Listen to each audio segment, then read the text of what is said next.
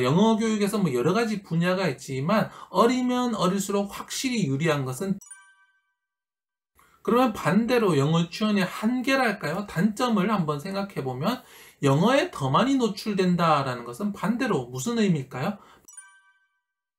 안녕하세요, 콩나물쌤입니다. 이번 영상에서는요, 영어 유치원 보낼까 말까 라는 주제로 말씀 나눠드리도록 하겠습니다. 아이들 공부에 있어서 가장 중요한 과목 세 가지 이야기라면 국어, 영어, 수학 이렇게 되잖아요. 그러다 보니까 이 영어에 대한 관심도 굉장히 많습니다. 그래서 영어 유치원 보낼까 말까, 영어 유치원 좋다라는 이야기도 있고 영어 유치원 보내지 말라라는 이야기도 있는데요. 뭐 워낙 비싸니까, 월 100만 원 이상으로 이렇게 비싸니까 보내지 말아야 되나, 그래도 좀 보내면 좀 도움이 되지 않을까, 이런 궁금증 많으실 겁니다. 적지 않은 금액인데도 불구하고 우리나라에서 영어를 좀 습득하고 접할 기회가 적다 보니까 영어 유치원 보내면 확실히 도움 될 거라는 그런 분들도 계시는데요. 그러면 오늘 영상에서는 영어 유치원에는 어떤 장단점이 있는지, 그리고 유치원 시기에 영어 노출이 얼마나 중요한지에 대해서 한번 생각해 보도록 하겠습니다.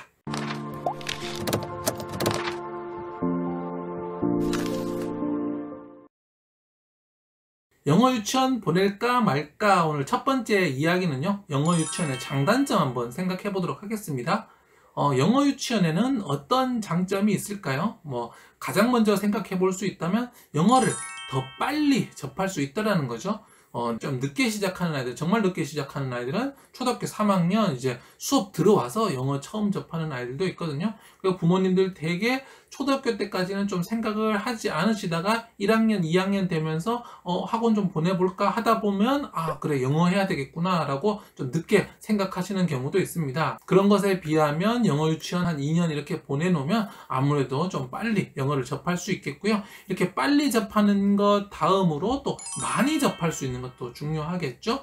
유치원에 가서 이제 보내는 하루 일과 시간, 그렇게 늦은 시간까지 하는 것은 아니지만 그래도 그 시간 동안이라도 많은 영어에 노출되지 않을까. 외국인 선생님도 계시고 선생님들도 영어를 쓰시면서 영어에 좀 많이 노출돼서, 워낙 영어는 노출이다 이런 말들 많이 들어보셨잖아요. 저 역시 영어는 학습이 아니라 습득해야 되는데 거기에 포인트는 노출과 입력이다 이런 이야기들 저도 많이 드렸고, 그것은 워낙 영어 교육에서 이제는 당연한 이야기, 누구도 반박할 수 없는 이야기이기 때문에 그런 이야기들 접하시다 보면 영어 유치원 보내야 되겠다 이렇게 생각하실 겁니다. 또 하나 영어 유치원의 장점은 발음이라고 생각하실 수 있는데요.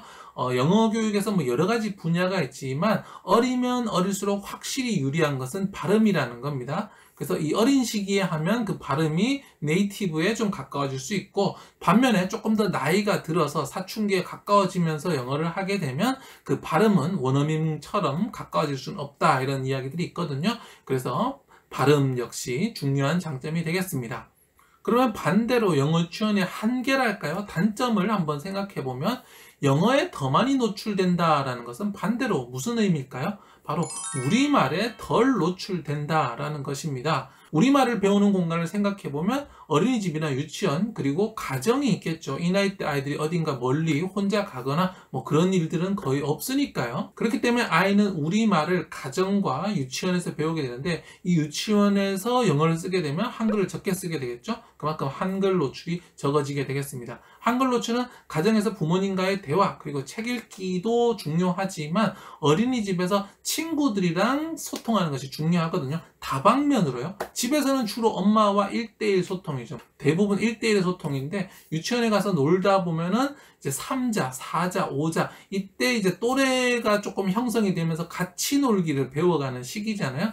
그런 과정 속에서 우리말의 노출이 또 다른 의미가 있는데, 그것이 아무래도 적을 수가 있겠습니다. 또한 영어 유치원을 보내놓으면 소통이 안 돼서 굉장한 스트레스를 받는 아이들도 있거든요. 잘 적응하고 재미있게 하는 아이도 있는 반면에 좀 적응이 어려운데 또 말도 좀 어려운데 또 막 영어를 하고 있어요. 소극적이에요. 그러면 굉장히 심한 스트레스를 받는 경우도 있다고 합니다. 영어 유치원 보낼까 말까, 오늘 두 번째 이야기는요, 영어 시기 영어 노출 얼마나 중요할까라는 말씀 나눠드리겠습니다.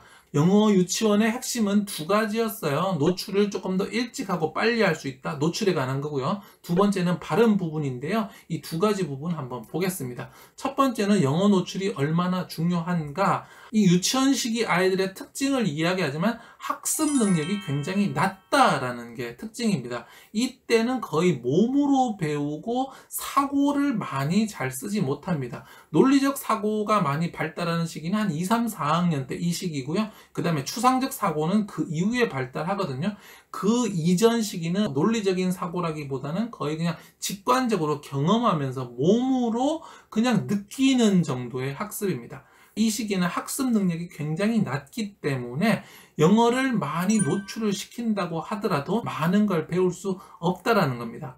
하면 도움이 되지 않느냐 하고 물으신다면 오케이, 맞습니다. 하면은 도움이 됩니다. 근데 그때 안 하면은 부족하냐, 그리고 이때 하면은 확연한 차별성을 가질 수 있느냐라고 물으신다면 저는 노라고 대답하겠습니다. 학습 능력이 낮아서요, 많은 노력 대비, 그 다음에 금액, 한 달에 100만 원 넘는 그 금액 대비 효과는 그렇게 많지 않습니다.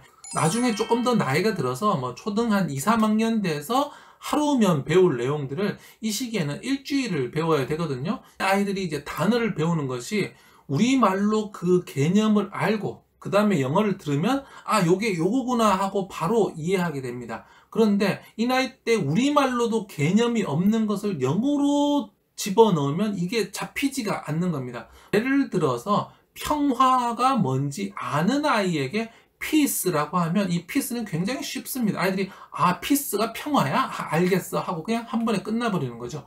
근데 평화가 뭔지 모르는 상태에서 피스라고 하면 피스가 뭐예요?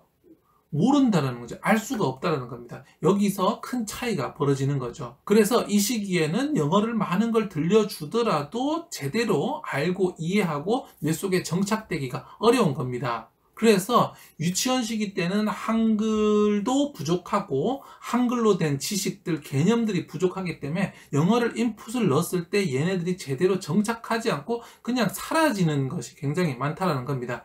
제가 이제 공부 역량에서 늘 말씀드리는 게 하나의 간장종지 이론인데, 아이들 이 작은 간장종지로 많이 펀다고 해서 큰 효과가 있는 게 아니거든요. 그래서 어릴 때는 이 나르는 것에 에너지를 쏟을 것이 아니라 아이들이 가지고 있는 이 그릇 자체를 크게 키우는 것이 중요하다고 말씀드렸습니다. 그게 공부 역량이라고 말씀드렸죠. 또 하나 중요한 것은요, 음성 언어로 배우는 것은 굉장히 한계가 있습니다. 결국에는 문자를 통해서 배워야 되거든요. 어떤 언어를 배웠을 때 음성만으로, 그러니까 읽기 쓰기를 배우지 않은 언어는 훨씬 더 빨리 사라지고 완전히 다 사라져 버립니다. 그래서 읽기 쓰기를 배우기 이전에 이민을 가서 영어를 배운 사람들은 한국에 돌아와서 크면은 그 언어를 모두 다 잊어버립니다. 문자 언어가 없기 때문에 뇌에서 자리를 잡지를 못해요. 문자 언어를 함께 배우면 뇌 속에 비로소 자리를 잡을 수가 있거든요.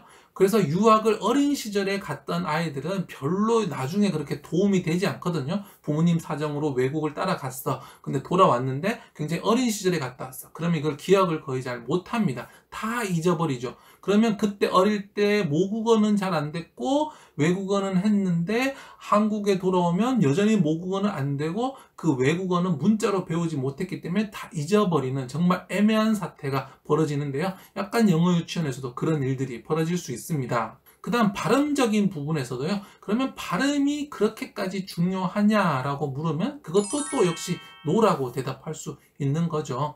한국 사람들만 이렇게 발음에 집중을 하고 발음에 대해서 신경 쓰지, 사실 외국 사람들은 발음에 대해서 크게 신경 쓰지 않습니다. 중요한 건 내용이거든요. 근데 한국 사람들은 내용보다 눈에 보이는 것에 조금 더 집중하는 그런 경향이 있습니다. 그래서 뭐 미용이나 성형이나 뭐 아이돌이나 이런 문화들이 더 많이 발달한 것 같기도 한데요. 어쨌든 그 발음이라는 것은 나머지를 다 손해를 보면서 발음 하나 이득을 보기 위해서 갈 만한 건 아니라고 보이는 거죠. 그래서 월 100만 원씩의 돈을 들이면 뭐 2년이면 2,400만 원이라는 돈이 드는데요. 2,400만 원만큼의 효과가 있느냐라고 본다면 그렇게 보기도 어렵고, 오히려 그로 인해서 놓칠 부분들도 많기 때문에 그렇게 추천드리기는 좀 어렵고, 이 돈이 부담스럽지 않다 그러면 영어가 너무 중요하고 제가 방금 말씀드렸던 부분들 어느 정도 커버할 수 있다. 우리말 책도 정말 많이 읽어주시고 여러 가지 문제들을 좀 커버하실 수 있다면 또 추천드릴 수 있지만 이런 월 100만 원의 돈이 조금 고민을 하셔야 된다. 그리고 이로 인해 우리말에 오는 그런 결손들이 있을 수 있는데 이런 것들을 자신이 없으시다면 보내지 않으시는 것을 추천드립니다. 네, 이번 영상에서는 영어 유치원 보낼까 말까 라는 주제로 말씀 나눠드렸는데요. 영어 유치원의 장점은 노출을 많이 그리고 좀 더 빨리 할 수 있다. 또한 발음에서 분명한 이점이 있다라는 말씀 드렸고요. 그러면 반대로 한계와 단점으로는 영어 노출이 늘어나는 만큼 우리말 노출은 줄어드는데 사실 우리말이 훨씬 더 중요하다. 우리말 베이스를 잡아놓고 그 위에 영어가 올라가는데요. 우리말이 좀 흔들리는 상태에서 영어를 올리면 그렇게 좋은 효과를 얻기가 어렵습니다. 하면 도움이 당연히 되겠지만 그 도움이 그렇게까지 월 100만 원 낼 만큼 도움이 되느냐라고 하면 그렇다고 보기는 좀 어렵겠습니다. 그때 안 한다고 못 따라가는 것도 아니고요. 무슨 문제가 벌어지는 것도 아닙니다. 영어 유치원 보낼까 말까 고민하셨던 부모님들 이번 정보 잘 참고하셔서 좋은 결정 내리시면 좋겠습니다.